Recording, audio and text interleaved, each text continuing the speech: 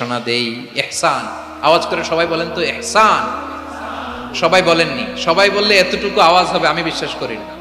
আওয়াজ করে বলুন আল ইহসান। ইহসান মানে কারো প্রতি সফট হার্টেড হওয়া, মহানুভব হওয়া, অনুগ্রহ পরায়ণ হওয়া, অনুগ্রহশীল হওয়া, একে অপরের প্রতি দয়াদ্র হওয়া। একে অপরের প্রতি দয়াদ্র অনুগ্রহশীল হওয়া ছাড়া মানবিক সমাজ কশিনকালেও গঠন করা সম্ভব না। প্রিয় ভাইরা, সুন্দর আচরণ দিয়ে, ইহসান দিয়ে যা জয় করা যায়, নরম আচরণ দিয়ে যেটা অর্জন করা যায়, কঠোরতা দিয়ে সেটা পারা যায় না। বিষ্ণু ঈসা ইসলাম ইহসান দিয়ে, কোমল আচরণ দিয়ে, তার অনুগ্রহ দিয়ে তিনি অনেক কাফিরের হৃদয়কে জয় করে ফেলেছেন।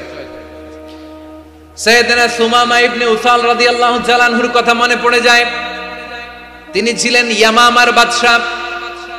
মদিনাতে বিশ্বনবীকে হত্যা করার নিয়তে এসেছিলেন। গোপনে গোপনে বিশ্বনবীকে হত্যা করে আবার ইয়ামামাতে তিনি ফিরে যাবেন। কিন্তু কি অবাক করা কাণ্ড, হত্যা করতে পারে নাই, সাহাবাদের হাতে তিনি ধরা পড়ে গেলেন। সাইয়েদনা সুমামা ইবনে উসাল রাদিয়াল্লাহু তাআলা আনহু হত্যার নিয়তে আসলেন, কিন্তু হত্যা করতে পারলেন না। সাহাবারা ওনাকে ধরে ফেললেন, ধরে মসজিদে নববীর পিলারের মধ্যে বেঁধে রাখলেন। সুমামা ইবনে উসাল, সিরাত থেকে শুনে, সিরাত থেকে শোনাচ্ছি, রাদিয়াল্লাহু তাআলা আনহু ইয়ামামার অধিপতি ছিলেন।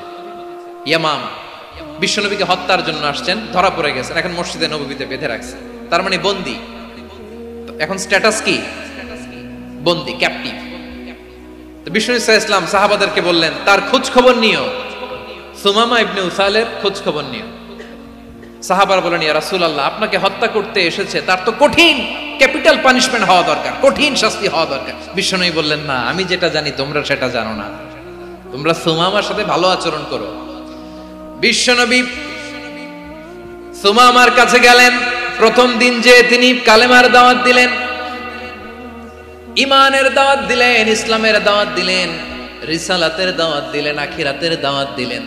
পরের দিন যে বিশ্বনবী সালাতের দাওয়াত দিলেন, যাকাতের দাওয়াত দিলেন, ইসলাম কি, কিভাবে, কেমন করে পালন করতে হয় চমৎকার আর্টিকুলেট করতে শুরু করলেন। তন্ময় হয়ে সুমামা ইবনে উসাল রাদিয়াল্লাহু তাআলা আনহু বিশ্বনবীর কথাগুলো শুনতে আরম্ভ করলো।